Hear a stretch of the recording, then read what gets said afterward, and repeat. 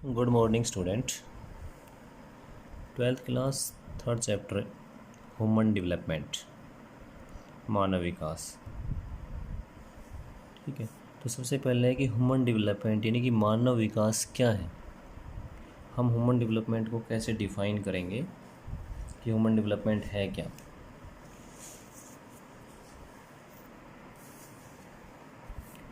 Human development means human development is a process of enlarging the range of people's choice, increasing their opportunities for education, healthcare, income, and empowerment, and covering the full range of human choice from a sound physical environment to economic, social and political freedom। यानी कि मानव विकास है वो स्वास्थ्य, भौतिक पर्यावरण से लेकर आर्थिक, सामाजिक और राजनीतिक स्वतंत्रता तक सभी प्रकार के मानव विकल्पों को सम्मिलित करते हुए लोगों के विकल्पों में विस्तार और उनकी शिक्षा, स्वास्थ्य, सेवाओं तथा सशक्तिकरण के अवसरों में वृद्धि प्रक्रिया है। यानी कि ह्यूमन डेवलपमेंट का मतलब क्या है कि ह्यूमन डेवलपमेंट है वो अपॉर्चुनिटी जो भी हैं, उनकी जो भी अपॉर्चुनिटी है, जैसे एजुकेशन है, हेल्थ केयर है, इनकम है, एम्पावरमेंट, ठीक है, इनको बढ़ाना है। या फिर हम कह सकते हैं वो किसको कवर कर सकते, covering the full range of human choice from a sound physical environment to economic, social and political freedom, सभी तरीके से। क्योंकि डेवलपमेंट का मतलब एक ऐसा प्रोसेस, विकास एक ऐसी प्रक्रिया है जिसमें मनुष्य की हर तरह की जो आवश्यकताएं हैं, जो चॉइस है, उसकी पूर्ति होती है। उसके बाद जो आगे जो पॉइंट दे रखा है कि मानव विकास जो है वो किस तरह से है, हम किस तरह से डेवलपमेंट को जो डिफाइन करेंगे, तो उसी के आधार पर उसने दे रखी है आगे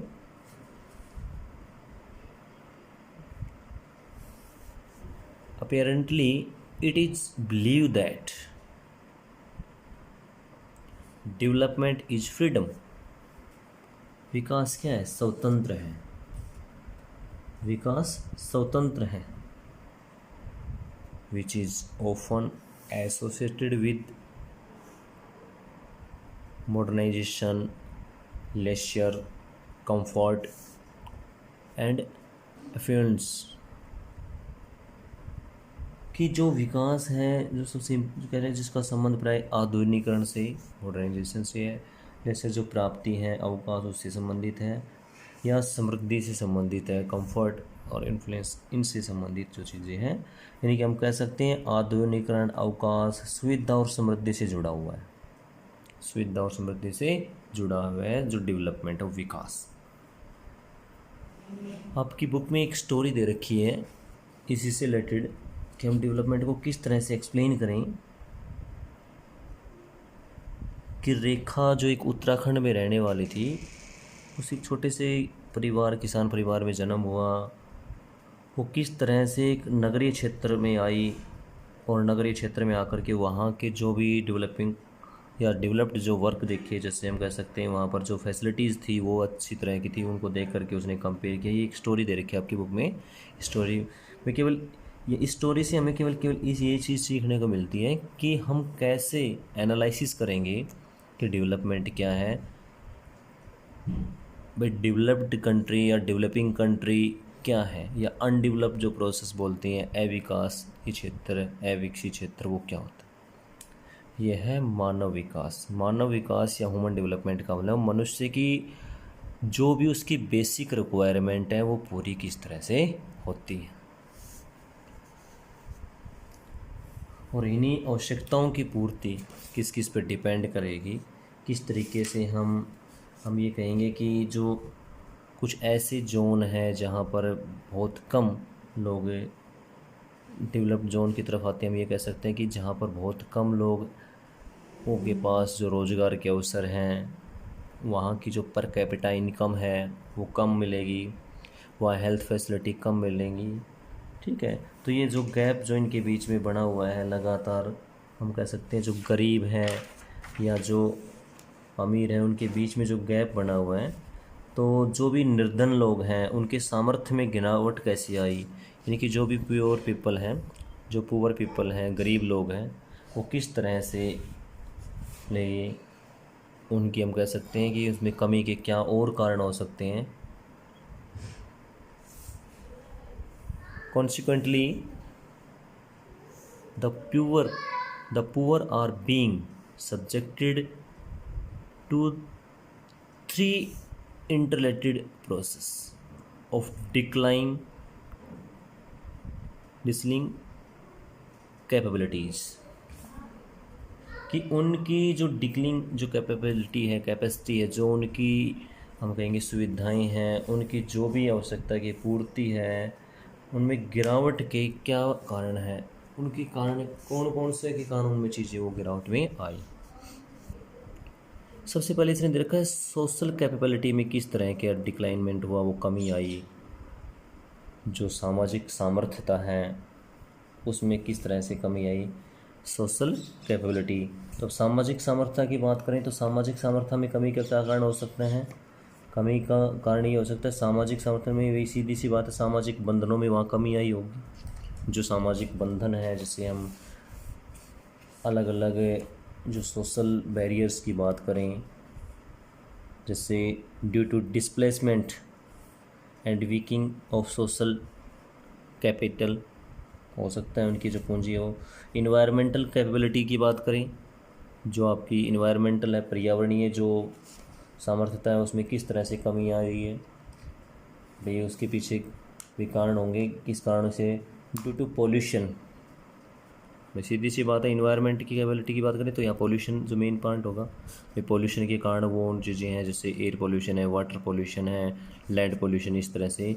सोशल कैपेबिलिटी की बात करें तो डिस्प्लेसमेंट, सीधी सी बात है, वहाँ पे जो कमी आ रही है किसमें, किस चीज़ की डिस्प्लेसमेंट है भाई, सोशल जो कैपिटल है उसकी डिस्प्लेसमेंट है भाई। जो सामाजिक पूंजी की अगर हम बात करें, वो अलग अलग रेंज में अलग अलग एक क्राइटेरिया होता है कैपिटल या इनकम का। एक है पर्सनल कैपेबिलिटी, हाँ ये भी पर्सनल कैपेबिलिटी भी हो सकती है, due to increasing the incidence of diseasing and जो भी डिजीज़ वगैरह हैं या एडिक्मेंट है, कुछ महामारी बीमारी वगैरह होने की वजह से गुणवत्ता में कमी आ सकती है। तो ये कुछ ऐसे 3 ऐसे पॉइंट हैं जो वास्तव में जो एक प्योर पीपल है, जो गरीब लोग हैं, जो पुअर पीपल हैं, गरीब हैं, वो और ज़्यादा उनकी जो सामर्थ्यता है या कैपेबिलिटीज़ हैं जो अचीव करना चाहते हैं, उनको नहीं कर पाते इन 3 कारणों के कारण। ये डेवलपमेंट से ही संबंधित है कि विकास है, लेकिन उसके साथ में ये चीज़ें भी चल सकती हैं। विकास इनका नहीं है, ये इनकी वजह से ये लोग पिछड़ते रहते हैं। जो डेवलपमेंट है, विकास की बात कर रहे हैं, वो जो संस्था है एक यूएनडीपी, ठीक है, इस पर डिपेंड करता है। ये एक सर्वे रिपोर्ट तैयार करती है जो संयुक्त राष्ट्र विकास कार्यक्रम है। सबसे पहले 1990 में 1990 में इन्होंने सबसे पहले ये यूएनडीपी की जो रिपोर्ट तैयार की थी मानव विकास के लिए, कि जो उसको जो हम कह सकते हैं पर कैपिटा इनकम, जीडीपी, या लोगों के पास जो भी बेसिक रिक्वायरमेंट वो यूज करते हैं, जो फैसिलिटीज़ वो यूज करते हैं, उनके आधार पर हम उनको कैसे आइडेंटिफाई करेंगे, कैसे हम उनको एक हिंट देंगे, कैसे जैसे ह्यूमन डेवलपमेंट इन भाई इंडिया में किस तरह का विकास है, ये कैसे पता लगेगा भाई भारत में मानव विकास। तो मानव विकास के लिए कोई यूएनडीपी रिपोर्ट तो तैयार की जाएगी कि इंडिया का रैंक ये है। जैसे अगर हम बात करें यूएनडीपी की रिपोर्ट 2019 की, अभी 2019 की मानव विकास रिपोर्ट जो थी, उस रिपोर्ट में ये बताया गया था कि 189 कंट्रीज़ की अगर हम बात करें, उन्होंने इतने कंट्री की रिपोर्ट तैयार की थी, उसमें 189 कंट्री में इंडिया का जो रैंक था 129th, और उसकी एसडीआई वैल्यू जो थी 0.647 थी। तो ये कहाँ से आई? ये यूएनडीपी जो रिपोर्ट तैयार करती है भाई, उसके पास इकोनॉमिक से रिलेटेड डाटा होते हैं, सोशल से रिलेटेड डाटा होंगे, या फिर इन्वायरमेंट से रिलेटेड उसके पास डाटा होते हैं।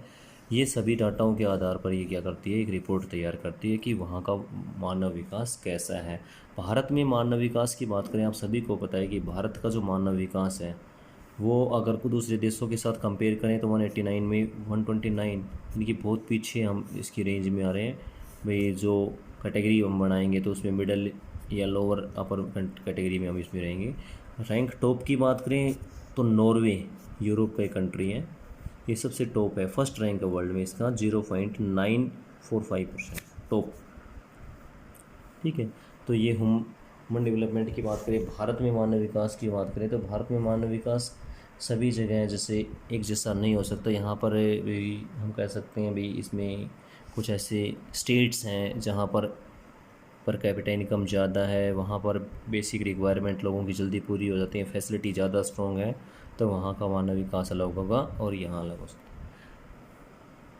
है। Using the indicator selected by UNDP, यानी कि जो यूएनडीपी ने जो इंडिकेटर्स यूज किए थे उन्हीं का सेलेक्ट करते हुए the planning commission of India, Bharat का जो भी प्लानिंग कमीशन है उसने भी उन्हीं यूएनडीपी जो जिस तरह के बेटा जो इंडिकेटर्स जो उनके जो सूचक हैं, जैसे आर्थिक सूचक होते हैं, इकोनॉमिक इंडिकेटर हैं, इनकम से कैसे आइडेंटिफाई करेंगे कि डेवलपमेंट हुआ है, उनको आधार पर लेते हुए India also prepared the human development report for India, Bharat के लिए मानव विकास से संबंधित रिपोर्ट तैयार की गई थी जो प्लानिंग कमीशन है भारत का उसके द्वारा।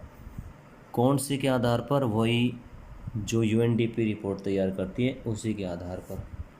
और उस रिपोर्ट के आधार की अगर हम बात करें तो उनके आधार पर जो सूचक थे, योजना आयोग जो भारत का था, उनमें सबसे इम्पोर्टेंट उसने, जैसे यूएनडीपी ने सबसे पहला जो इंडिकेटर लिया था, इंडिकेटर फॉर इकोनॉमिक, जो इनकम से संबंधित इंडिकेटर है भाई। सीधी सी बात है, अगर वहाँ की अटेनमेंट जैसे दे रखा है इंडिकेटर भाई, इंडिकेटर ऑफ इकोनॉमिक अटेनमेंट्स भाई, जो आर्थिक सूचक हैं, आर्थिक उपलब्धियों के जो सूचक हैं, इंडिकेटर्स हैं, कि हम इनकम से कैसे आइडेंटिफाई करेंगे किसी स्टेट या कंट्री को कि वो किस तरह से विकास कर रहे हैं।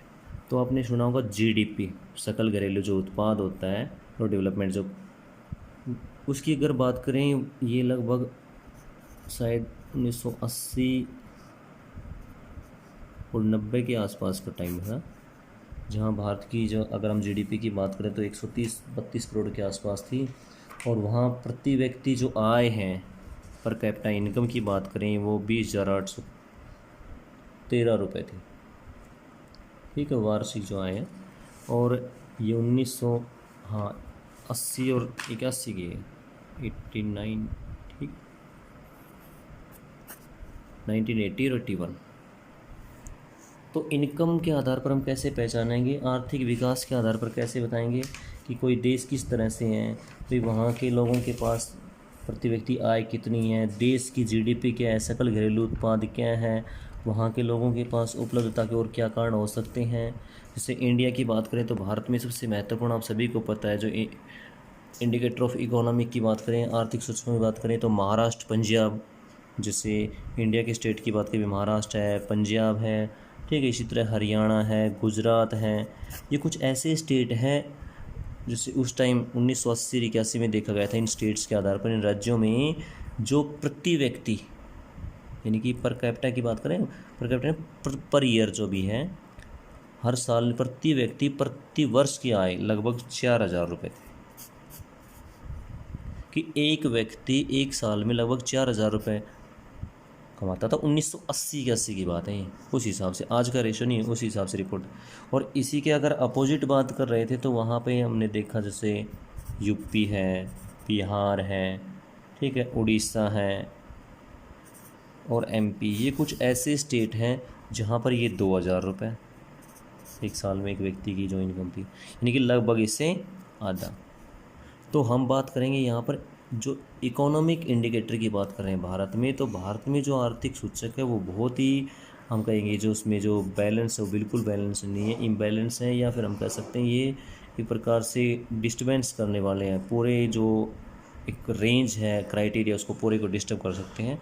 कुछ ऐसे स्टेट हैं जहाँ पर बहुत अच्छी पर कैपिटा इनकम प्रति व्यक्ति आय की बात करें, वहाँ पर लोगों के पास एक दिन का या एक वर्ष की जो आय है वो अधिक है। कुछ ऐसे भी राज्य हैं जहाँ पर हैं, तो इनको हम जैसे सबसे महत्वपूर्ण चीज़ इसमें मानेंगे जो इनकम की बात कर रहे हैं तो BPL के हिसाब से, ठीक है।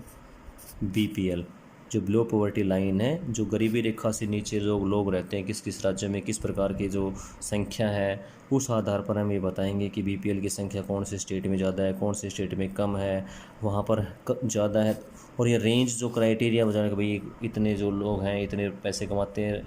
अगर हम बात करें बिहार और उड़ीसा की, तो वहाँ 40% से अधिक जनसंख्या BPL में आती है।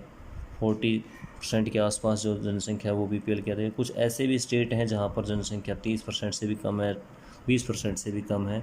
तो ये आर्थिक सूचक यानी कि इंडिकेटर ऑफ इकोनॉमिक की बात करें, देश में जो आर्थिक सूचक हैं अर्थव्यवस्था के आधार पर इनकम पर्पज़ के हिसाब से हम बता सकते हैं कि भारत का जो विकास है वो किस तरह से हो रहा है, यहाँ पे डेवलपमेंट कैसा है, ठीक है। और आगे इसके जो भी इंडिकेटर होंगे नेक्स्ट वीडियो में से। ओके।